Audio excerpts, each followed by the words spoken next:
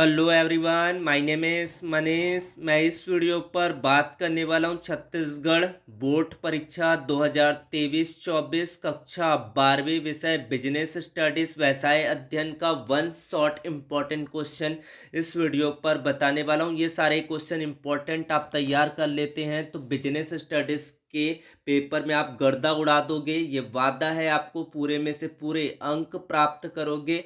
तो इस वीडियो पर बात करने वाला हूँ business studies Chhattisgarh board class 12th most important question 2023-24। Video को शुरू करते हैं। वीडियो को लाइक करें, शेयर करें और यूट्यूब चैनल को सब्सक्राइब जरूर करें। सबसे पहला है इकाई 1 प्रबंध प्रकृति एवं महत्व। कौन कौन से प्रश्न है जो बोर्ड परीक्षाओं पर आ सकते हैं, जिनकी संभावना ज़्यादा है, तो किन किन प्रश्नों को तैयार करना है इसको देख लेते हैं। प्रबंध के प्रमुख कार्य लिखिए, मोस्ट आईएमपी क्वेश्चन है। प्रबंध की प्रमुख सीमाएं लिखिए, प्रबंध का महत्व लिखिए, प्रबंध प्रशासन संगठन में अंतर स्पष्ट कीजिए। इकाई 1 के प्रश्न है प्रबंध प्रकृति एवं महत्व। इसे स्क्रीनशॉट ले ले। पीडीएफ डाउनलोड करने के लिए टेलीग्राम ग्रुप को ज्वाइन कर ले, लिंक डिस्क्रिप्शन पर दिया गया है। फिर प्रश्न क्रमांक 5 है प्रबंध की प्रकृति या विशेषताओं का वर्णन कीजिए। प्रश्न क्रमांक 6 है समन्वय प्रबंध का सार है, क्या आप सहमत है, कारण बताइए। प्रश्न क्रमांक 7 प्रबंध के स्तरों से क्या अभिप्राय, कितने स्तर होते हैं, प्रबंध के विभिन्न स्तरों के कार्यों का संक्षिप्त वर्णन कीजिए। तो ये 7 आपके इम्पोर्टेंट क्वेश्चन है इकाई 1 से। अगर इन प्रश्नों को आप तैयार कर लेते हैं तो पेपर में आप गर्दा उड़ाओगे। फिर आपका अगला प्रश्न है इकाई 2 प्रबंध के सिद्धांत। यहाँ से कौन कौन से प्रश्न पढ़ना है। समय अध्ययन और गति अध्ययन में अंतर स्पष्ट कीजिए। प्रश्न क्रमांक 2 टेलर एवं फ्यूल के प्रबंध संबंधी सिद्धांतों की प्रमुख असमानताएं लिखिए। टेलर और फ्यूल के सिद्धांत आपको पूछे जाएंगे, दोनों ही इम्पोर्टेंट है। प्रबंध के सिद्धांतों का महत्व लिखिए। टेलर के वैज्ञानिक प्रबंध के सिद्धांतों का वर्णन कीजिए। हेनरी फ्यूल द्वारा प्रतिपादित सिद्धांतों को समझाइए। प्रश्न क्रमांक 6 सोपान श्रृंखला एवं समतल संपर्क सिद्धांत को समझाइए। प्रश्न क्रमांक 7 है वैज्ञानिक प्रबंध की तकनीकों की व्याख्या कीजिए। तो ये इकाई 2 के कुछ इंपॉर्टेंट प्रश्न हैं। इन्हीं प्रश्नों में से आपके बोर्ड एग्जाम पर प्रश्न बनेंगे, तो ये आप तैयार जरूर कर ले। पीडीएफ डाउनलोड करें टेलीग्राम से। उसके बाद है इकाई 3 प्रबंध एवं वैश्विक वातावरण। यहाँ से कौन से प्रश्न आएंगे इसको देख लेते हैं। निम्न को संक्षेप में वर्णन कीजिए। उदारीकरण, निजीकरण, वैश्वीकरण, इनके बारे में एक्सप्लेनिंग करना है। व्यवसाय के वैधानिक नियामक से क्या आशय है। प्रश्न क्रमांक 3 नवीन आर्थिक नीति 1991 की प्रमुख विशेषताएं लिखिए। प्रश्न क्रमांक 4 उदारीकरण से क्या तात्पर्य है। उदारीकरण के अंतर्गत कौन कौन से उपाय किए गए तथा इनका व्यवसाय एवं उद्योगों पर क्या प्रभाव पड़ा। व्यावसायिक वातावरण के विभिन्न घटकों को समझाइए। उसके बाद है 6वां प्रश्न व्यावसायिक वातावरण का महत्व लिखिए।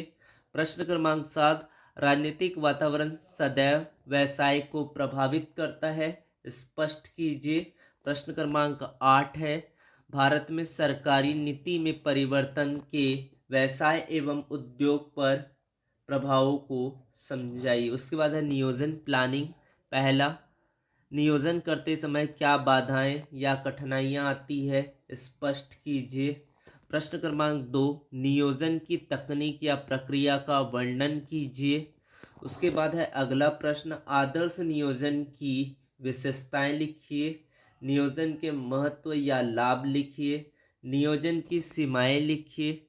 नियोजन से निर्णयन एवं समन्वय का कार्य सरल हो जाता है, स्पष्ट कीजिए। प्रश्न क्रमांक 7 नियोजन के विभिन्न घटकों को विस्तार से समझाइए। फिर है संगठन।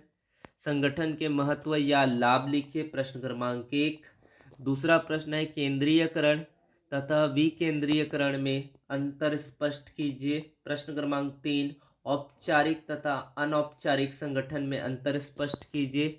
औपचारिक संगठन से क्या आशय है, इसकी कोई 4 विशेषताएं बताइए। अनौपचारिक संगठन किसे कहते हैं, विशेषताएं लिखिए। औपचारिक संगठन के लाभ तथा दोषों का वर्णन कीजिए। प्रश्न क्रमांक 7, संगठन की विशेषताएं लिखिए। प्रश्न क्रमांक 8 है, संगठन संरचना को प्रभावित करने वाले कौन कौन से घटक हैं, वर्णन कीजिए। उसके बाद है आपका नियुक्तिकरण। स्टाफिंग से क्या क्या प्रश्न आएंगे, नियुक्तिकरण से क्या आशय है, भर्ती से क्या अभिप्राय है, भर्ती के कितने स्रोत है। प्रश्न क्रमांक 3, भर्ती के आंतरिक तथा बाह्य स्रोतों में अंतर स्पष्ट कीजिए। भर्ती के आंतरिक तथा बाह्य स्रोतों का वर्णन कीजिए। भर्ती एवं चयन में अंतर स्पष्ट कीजिए। नियुक्तिकरण की प्रक्रिया को समझाइए। प्रश्न क्रमांक 7, नियुक्तिकरण का महत्व लिखिए, इसके इम्पोर्टेंस को बताइए। नियुक्तिकरण की विशेषताएं लिखिए। प्रश्न क्रमांक 9, चयन क्या है, इसकी प्रक्रिया का वर्णन कीजिए। उसके बाद है निर्देशन। मैस्लो की आवश्यकता क्रम में प्रोत्साहित के सिद्धांत की चर्चा लिखिए। प्रश्न क्रमांक पहला है आपका इकाई नंबर 7 से, किन्हीं 5 मौद्रिक अभिप्रेरणा का वर्णन कीजिए। प्रश्न क्रमांक 3, निर्देशन के तत्व क्या है। प्रश्न क्रमांक 4, निर्देशन के सिद्धांत लिखिए। प्रश्न क्रमांक 5, निर्देशन का महत्व लिखिए। प्रश्न क्रमांक 6, अभिप्रेरणा का महत्व लिखिए। अभिप्रेरणा की विशेषताएं लिखिए। वित्तीय तथा अवित्तीय प्रेरणाओं में अंतर लिखिए।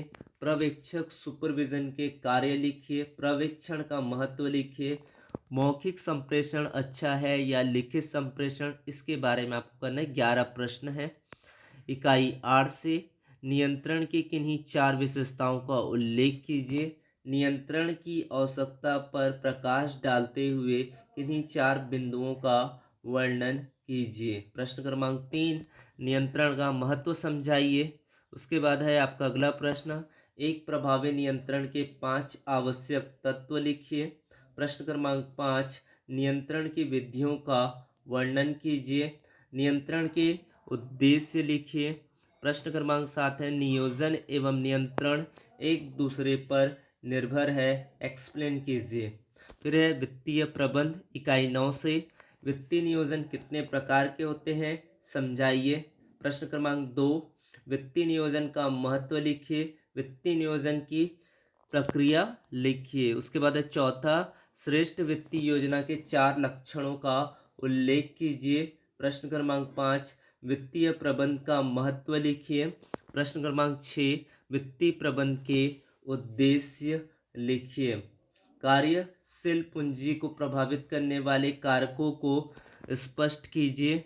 प्रश्न क्रमांक 8, स्थायी पूंजी तथा कार्यशील पूंजी में अंतर स्पष्ट कीजिए। प्रश्न क्रमांक 9, लाभांश नीति को प्रभावित करने वाले तत्व लिखिए। कोई 5 आपको एक्सप्लेनिंग करना है। स्थायी पूंजी को प्रभावित करने वाले कारकों का उल्लेख कीजिए। वित्तीय बाजार, एक वित्त बाजार से क्या कार्य है। पूंजी बाजार तथा मुद्रा बाजार के बीच अंतर स्पष्ट करें। एक स्टॉक एक्सचेंज शेयर बाजार के क्या प्रकार्य है। सेबी का क्या उद्देश्य है। नेशनल स्टॉक एक्सचेंज एनएससी के क्या उद्देश्य हैं। प्राथमिक बाजार द्वितीयक बाजार में अंतर स्पष्ट करें। पूंजी बाजार के महत्व की व्याख्या कीजिए। प्राथमिक बाजार की विशेषताएं लिखिए। द्वितीय बाजार की विशेषताएं लिखिए। शेयर बाजार की विशेषताएं बताइए, इम्पोर्टेंट है सारे। मुद्रा बाजार के विभिन्न कार्य अथवा महत्व को समझाइए। स्कंद विपणियों के कार्यों को समझाइए। विपणन प्रबंध से इकाई 11, एक अच्छे ब्रांड की कौन कौन सी विशेषताएं हैं। एक अच्छे पैकेजिंग की विशेषताएं लिखिए। प्रभावी विज्ञापन के आवश्यक तत्व लिखिए। एक अच्छा विक्रेता के गुण लिखिए। विपणन का महत्व लिखिए। विपणन के कार्य लिखिए। वस्तुओं के मूल्य निर्धारण को प्रभावित करने वाले तत्व लिखिए। 8वां, ब्रांडिंग और ट्रेडमार्क में अंतर स्पष्ट करें। विज्ञापन के उद्देश्य लिखिए। लेबलिंग के लाभ लिखिए, लेबलिंग के कार्यों का वर्णन कीजिए, विपणन एवं विक्रयण में अंतर स्पष्ट कीजिए। तो ये 12 प्रश्न आपका इम्पोर्टेंट है।